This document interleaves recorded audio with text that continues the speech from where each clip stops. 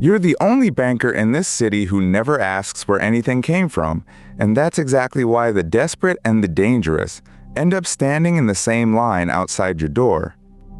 You run a pawn shop 3 blocks from the courthouse, close enough that lawyers pawn their watches on bad months, far enough that nobody important wants to be seen walking in. A ring here, a war medal there, a wedding band from a marriage that ended somewhere between the diamond and the doorway. You give people a fraction of what their desperation is worth, and you never ask the question everyone else in their life is already asking them. That silence is the entire business model. It's also the reason you eventually became something much bigger than a man behind a counter.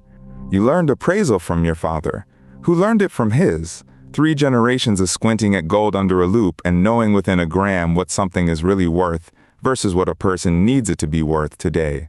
He taught you the trade's one unbreakable rule before he taught you anything else. Never ask, never judge, never remember a face longer than the ticket requires. People don't come to you on their best day. Respect that, and they'll come back. You respected it for years. Small loans, small interest, small lives passing through your counter with their small griefs wrapped in velvet boxes. Then a man came in with a watch that wasn't small at all, a piece worth more than your shop's entire inventory, offered for a fraction of its value by a man whose hands wouldn't stop moving. You didn't ask where it came from, you gave him the loan.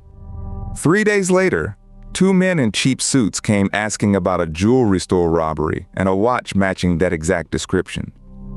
You told them you'd never seen it, which was technically true by then. You'd already sold it through a contact 2 states over, the way certain items move through certain shops, when certain people need certain things to simply stop existing in this city. That was the moment you understood what your shop actually was. Not a pawnbroker's, a laundrette for anything solid enough to hold value and small enough to disappear.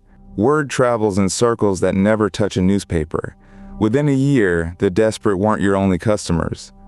You started getting visits after hours, appointments that didn't go on the ledger, men who needed a stolen Rolex to become a legitimately purchased Rolex by morning, needed a family heirloom nobody could trace, turned into cash.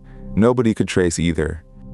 You built a second inventory, invisible, running parallel to the one behind your glass counter.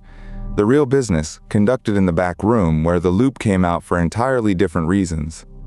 You are the only person in this city who can look at any given piece of jewelry, any watch, any ring, and tell you not just what it's worth, but whose life it came out of, and whether that life is going to come looking for it.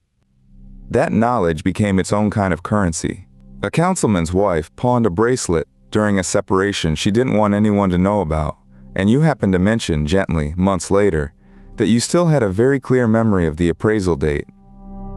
Right around the same week, her husband's campaign was insisting their marriage had never been stronger.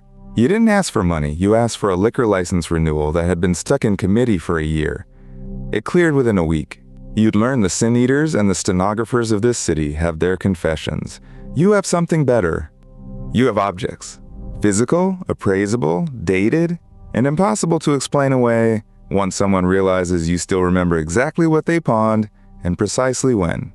The back room grew busier every year. A shipping family's stolen art, appraised, valued, and quietly moved through 3 shell buyers before it ever touched an insurance claim. A senator's mistress's jewelry, converted to untraceable cash the week before a very public divorce filing. You stopped thinking of yourself as a criminal a long time ago. You think of yourself as the last honest appraiser in a city where everyone else's honesty depends entirely on who's asking. You keep a ledger nobody else has ever seen, hidden inside the false bottom of the same kind of jewelry box you sell across the counter every single day. Every real transaction. Every real owner. Every piece of leverage a lifetime of never asking questions quietly handed you anyway. Then a young woman came in with a brooch, antique museum quality, the kind of piece that belongs in a vault, not a pawn shop 3 blocks from the courthouse. She was shaking. She said her mother had just died, and she needed money for the funeral. And something about the way she held the box told you this wasn't a story, this was just true. The plainest transaction that's ever crossed your counter. You recognized the brooch instantly. It had been reported stolen 11 years ago, from a mansion belonging to a family whose current patriarch has sat in your back room more than once, converting things far darker than jewelry into cash that never asks questions either.